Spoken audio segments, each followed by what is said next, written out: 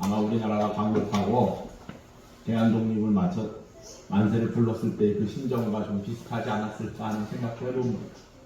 아니, 그 예수 부활을 예수님이 다시 사셨다는 것을 외치고 고백하는 것은 어떻게 보면 내가 믿는 예수님이 다시 사셨다는 것은 내가 예수님을 믿습니다. 내 생명을 걸고 그 고백이 같이 묻어있는 그러한 외침입니다. 예수님의 부활은 우리 신앙에 있어서 매우 본질적이고 핵심적인 요소입니다. 우리의 신앙에서 부활이 빠져버리면 우리의 믿음은 제대로 설 수 없습니다. 마치 아무리 큰 집이라도 대들보가 현찮으면 그 집은 바르게 서지 못합니다. 결국 무너질 수밖에 없습니다. 마찬가지로 우리가 아무리 잘 믿는다고 말할지라도 부활에 대한 확신이 없다면 우리의 신앙은 바로 설 수 없는 것입니다. 그래서 마귀는 사람들의 마음속에 예수님의 부활에 대한 의심스러운 생각을 자꾸 집어넣습니다. 예수님의 부활을 믿지 못하도록 회방합니다. 역사적으로 보면 마귀가 이렇게 예수님의 부활을 부정했던 견해들이 나와 있는데 몇 가지를 살펴보면 먼저는 기절설이 있습니다. 이 설은 예수님이 십자가 위에서 온전히 죽은 것이 아니라는 주장하는 견해입니다. 예수님이 십자가의 고통이 너무 힘들어서 정신을 잃어버리고 기절하셨을 뿐이다. 그러다 무덤 안에서 찬 기운과 이 세마포와 함께 둘러싼 향품에서 나오는 자극적인 냄새 때문에 정신을 차리고 그리고 때마침 큰 지진이 일어나서 무덤을 막고 있던 돌이 굴러가서 동굴이 열리고 그 틈에 예수님이 빠져나왔는데 그 뒤에 예수님은 제자들에게 나타나셨고 그때 제자들이 예수님이 죽었다가 다시 사신 것처럼 잘못 생각했다. 이것이 바로 기절설입니다. 그럴듯합니까? 예수님을 십자가에 못 박힌 이 로마 군병들은 예수님이 살아계셨다면 과연 그걸 모르겠습니까? 그들은 사형 집행하는 전문가들입니다. 많은 사람을 사형을 집행했었고 그렇기 때문에 만약 예수님이 살아계시다면 다른 채로 내보내면 그 죄가는 자신들에게 돌아온다는 사실을 분명히 알고 있었기 때문에 예수님이 돌아가신 것을 확인하고 안전하게 다시 한번 확인하기 위해서 그들을 손에 갖고 있는 이 날카로운 창으로 예수님의 옆구리를 찌르지 않았습니까? 옆구리에서는 피와 물이 쏟아져 내렸습니다. 이처럼 예수님은 분명히 죽으신 것입니다.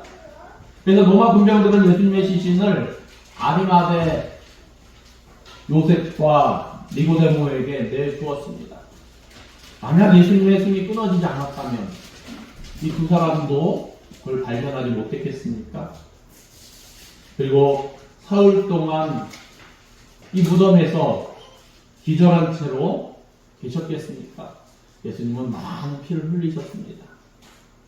채찍을 맞으셨고 가시면류관을 쓰시면서 피를 흘리셨고 손과 발에 못이 바뀌면서 많은 피를 흘리셨고 마지막 날카로운 창에 찔리시면서 많은 피를 흘렸습니다. 그렇게 많은 피를 흘리고 사흘 동안 무덤에 기절했다가 정신을 차릴 수 있겠습니까? 이 모든 일은 예수님이 부활하시지 않고는 도무지 가능할 수 없는 일입니다. 또 주장되는 것이 매장 부인설입니다. 예수님의 시신이 실제로 무덤에 매장되지 않았다. 그렇기 때문에 예수님의 무덤이라고 생각하는 곳은 빈 무덤이다. 로마 사람들의 관습에 의하면 예수의 몸은 무덤에 안치를 시키지 않고 그냥 죄인들은 공동묘지에 그냥 되는 대로 던져놨다. 그러므로 애당초 무덤이 없기 때문에 시신이 없다. 제자들이 가서 본 무덤이 비어있는 건 당연하다. 그렇다면 당시 종교 지도자들과 로마 군병들이 예수님의 시신이 무덤에 있지도 않은데 큰 돌로 무덤 입구를 막고 경비병들을 시켜서 지킬 이유 또한 있었겠습니까? 만약에 예수님이 살아났다고 주장하는 제자들이 또 초대교회 교인들이 있다면 그 시신을 찾아서 보여주면서 봐라, 예수님이 죽었다 얘기하면 될 일이었을 것입니다. 환각설이 있습니다. 이 제자들이 예수님의 부활을 너무나 갈망한 나머지 헛것을 보았다는 것입니다. 그런데 성경에 보니까 500의 형제에게 일시에 보이셨나니 라고 말씀하고 계십니다. 이렇게 많은 사람들이 똑같이 착각을 할 수 있겠습니까? 또 무덤 오인설이 있습니다. 막달라 마리아와 다른 마리아 여인들이 다른 무덤을 예수님의 무덤으로 오인했다는, 그래서 예수님의 시신이 없으니까 예수님의 다시 살아나셨음을 잘못 증거했다는 것입니다. 그리고 사기설도 있습니다. 예수님이 십자가에 달려 돌아가시고 난 뒤에 예수님과 비슷하게 생긴 사람이 나타나서 자기가 부활한 예수라고 사기를 치고 다녔다는 것입니다. 그런데 여러분, 예수님이 붙잡혔을 때 제자들은 어떻게 했습니까? 예수님을 다 버리고 주랭량을 쳤습니다. 자기 목숨을 보존하기 위해서 도망가 버려. 어떻게 보면 비겁한 그러한 사람들입니다. 그런데 그들이 그 순간에 갑자기 바뀌었습니다. 그들은 어떠한 핍박과 고난도 두려워하지 않았습니다. 그들은 담대하게 입을 열어서 예수 그리스도의 부활을 증거하기 시작했다는 것입니다. 예수님을 위해서 자기들의 목숨을 기꺼이 바쳤다는 것입니다. 어떻게 그 같은 변화가 가능할 수 있겠습니까? 대답은 한 가지밖에 없습니다. 그들 모두가 자신들의 눈으로 다시 살아나신 예수님을 분명히 보았기 때문입니다. 그런데 지금까지 제가 말씀드린 그릇된 주장들이 있는데 한 가지 설명하지 못하는 것이 있습니다. 그것은 바로 예수님의 시신이 도대체 어디 있는지, 어떻게 해서 잃어버렸는지 설명하지 못하는 주장들입니다. 그래서 또 생겨난 꾸며낸 주장이 있는데 그 주장은 오늘 말씀 속에 등장하는 주장입니다. 시체 도난설입니다. 예수님의 제자들이 밤중에 몰래 와서 예수님의 시체를 훔쳐 다른 곳에 감추었다는 것입니다. 그리고 나서 마치 예수님이 다시 살아나셔서 부활하신 것처럼 거짓 증거를 했다는 것입니다. 여러분, 과연 그렇습니까? 오늘 말씀해 보니까 어떻습니까? 막달라 마리아와 또 다른 마리아가 안식 후 첫날 새벽에 예수님의 무덤을 찾아갔습니다. 예수님의 시신에 향품을 발라드리기 위해서 그렇습니다. 그런데 그들이 무덤에 이르렀을 때 큰 지진이 일어났습니다. 그리고 하얀 옷을 입은 천사가 하늘에서 내려왔습니다. 무덤 입구에 있던 큰 돌을 천사들이 굴려냈습니다. 천사는 여인들에게 무덤 안을 보여주었습니다. 빈 무덤이었습니다. 천사는 여인들에게 이렇게 이야기했습니다. 6절, 7절 말씀입니다.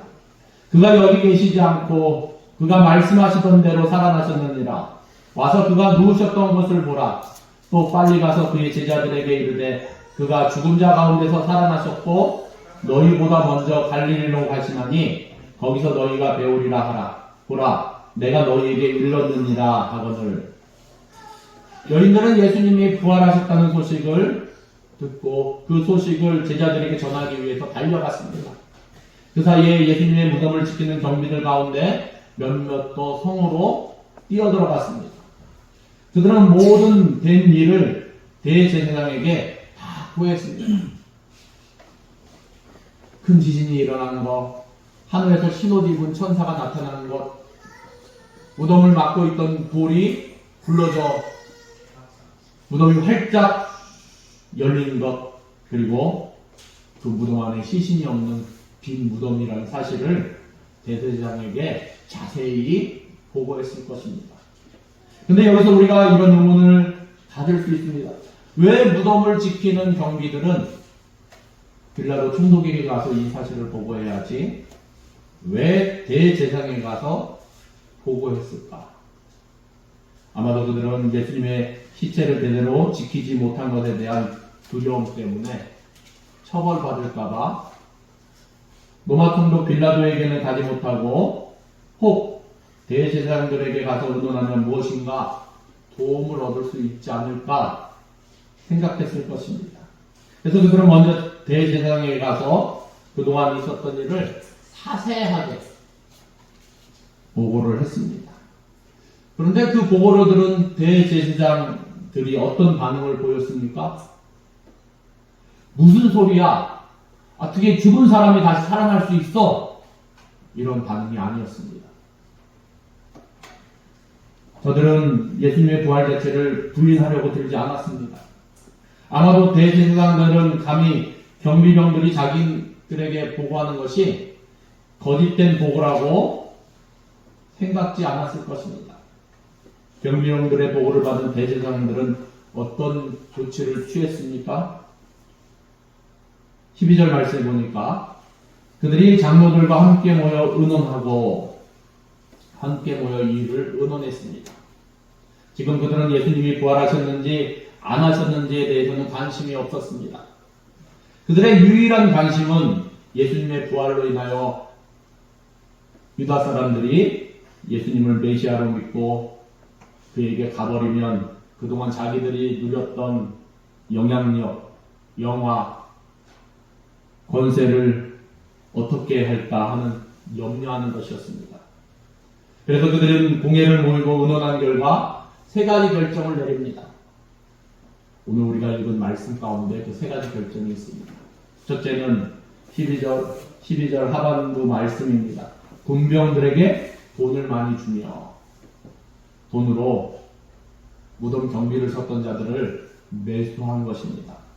둘째로 13절 말씀에 보니까 이르되 너희는 말하기를 그의 제자들이 밤에 와서 우리가 잘 때 그를 도둑질하여 갔다 하라. 경비들에게 거짓말을 유포하도록 조치를 취했습니다. 그리고 세 번째 14절 말씀입니다. 만일 이 말이 총독에게 들리면 우리가 권하여 너희로 근심되지 않게 하리라. 결국 우리가 총독도 매수할 수 있다. 그걸 밝혔습니다. 하여간 이 세 가지 조치를 경비들이 듣게 되었을 때 어떤 반응을 보입니까? 15절 말씀해 보니까 군병들이 돈을 받고 가르친 대로 하였으니 이 말이 오늘날까지 유대인 가운데 두루 퍼지니라. 이 경비들은 자기 주머니에 돈도 생기고 또 처벌도 받지 않으니까 얼마나 좋은 일입니까? 그래서 그대로 거기에 응해서 거짓된 소문을 유포하기 시작한 것입니다. 그런데 그 결과 거짓된 소문이 예수님이 부활하시고 오늘 우리가 읽은 이 성경이 쓰여지는 시기까지 대략 30년 이상의 시간이 흘렀는데 그 시기까지도 예수님을 믿지 않는 유대인 가운데 예수님의 부활이 거짓되다는 이 소식이 계속 유포되고 있었다는 것입니다. 이것이 시체 도난설의 진상입니다. 여러분, 이 이야기를 들으니까 뭔가 이상하지 않습니까? 먼저 살펴볼 수 있는 것은 첫 번째로 그들의 주장에 의하면 예수님의 제자들이 시체를 훔쳐서 어디에인가 숨겼다고 했습니다.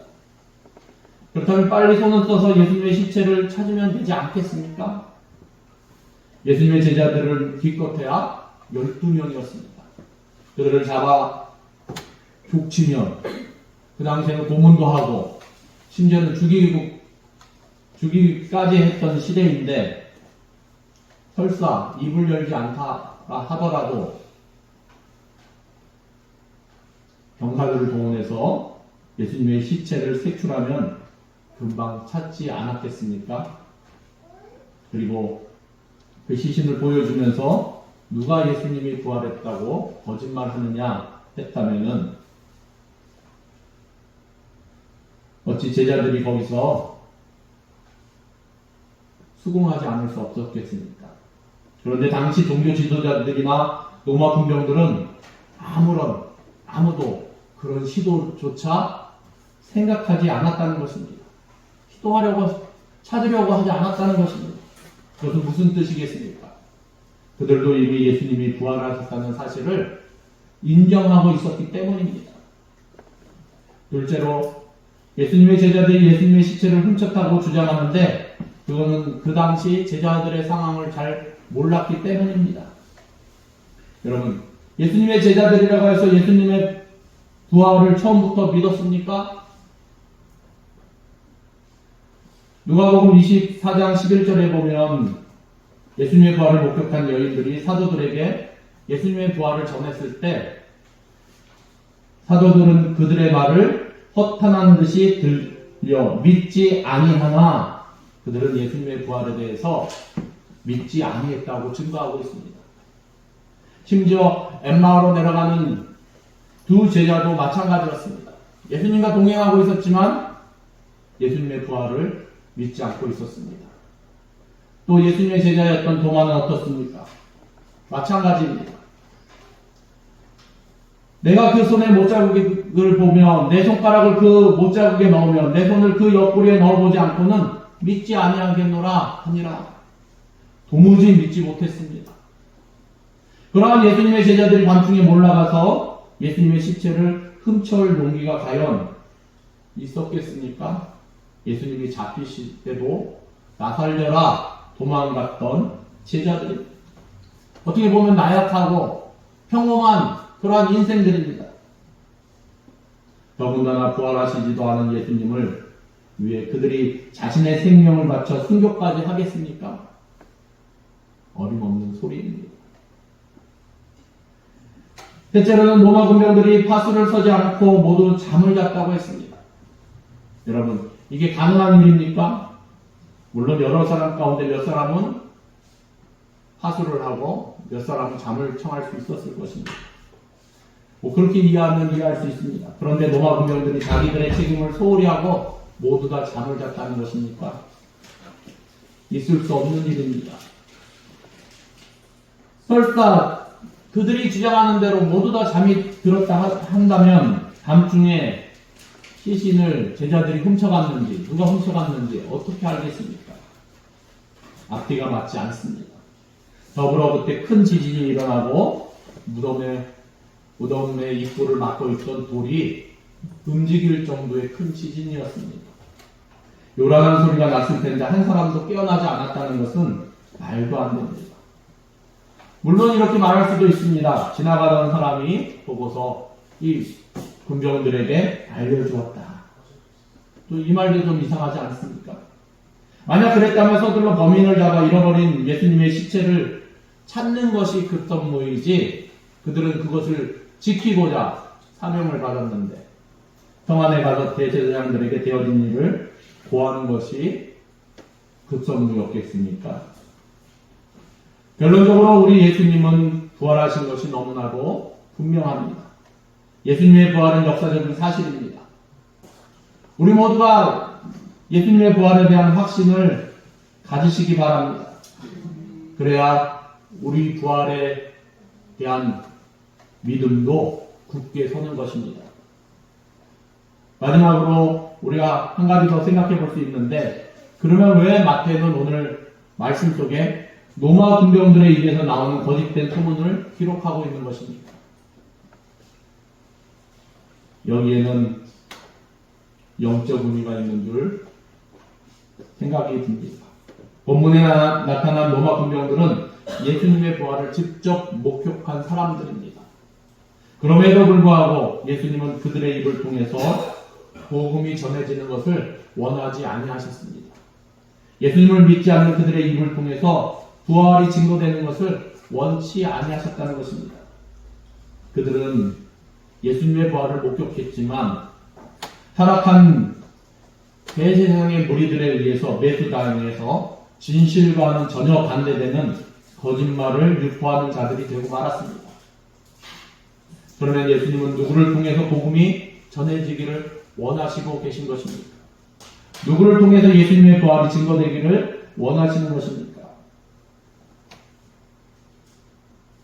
오늘 28장 18절부터 20절 말씀은 그것을 우리에게 분명히 말씀하고 계십니다. 예수께서 나와 일러 가라사대 하늘과 땅의 모든 권세를 내게 주셨으니 그러므로 너희는 가서 모든 민족을 제자로 삼아 아버지와 아들과 성령의 이름으로 세례를 주고 내가 너희에게 분부한 모든 것을 가르쳐 지키게 하라. 볼지어다 내가 세상 끝날까지 너희와 항상 함께 있으리라 하시니라.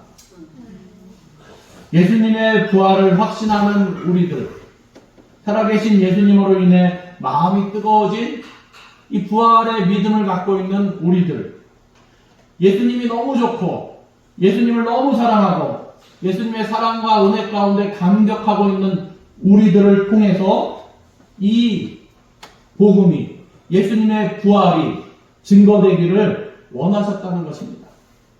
예수님 바로 우리에게 이 영광스러운 사명을 주신 것입니다. 사랑하는 성도 여러분, 주님 안에서 수고는 결코 헛되지 않습니다. 뜨거운 마음으로 주를 위해서 더욱 힘쓰는 우리가 되기를 바랍니다. 언제 어디서나 부활하신 예수님, 사망 권세를 깨치신 예수님, 지금도 살아계셔서 나와 함께 하시는 예수님을 기쁜 마음으로 담대하게 전함으로 예수님의 죽으심과 예수님의 다시 살아나심을 온전히 증거하며 다시 사신 예수님과 동행하는 그 은혜와 그 축복 가운데 거하는 저와 여러분 되시기를 예수님의 이름으로 축원합니다. 기도하시겠습니다. 하나님 감사합니다. 하나님, 사망 권세를 이기고 다시 사신 예수님, 예수님이 부활하셨습니다. 예수님이 다시 살아나셨습니다. 주님, 이 고백이 우리의 증거가 되게 하시고 우리의 외침이 되게 하시고, 이것이 바로 내가 영원히 예수님을 부활의 첫 열매가 되셨고 내가 그 다음 열매가 된다는 소망을 가지고 살아갈 수 있는 믿음의 이유가 될 수 있음을 고백합니다. 진실로 우리가 담대한 마음 가지고 예수님의 죽으심과 예수님의 부활하심을 증거하며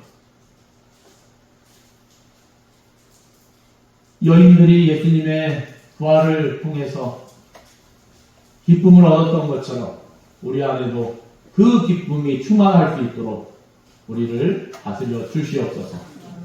모든 것을 주님께 은혜드리며 예수 그리스도의 이름으로 기도드립니다.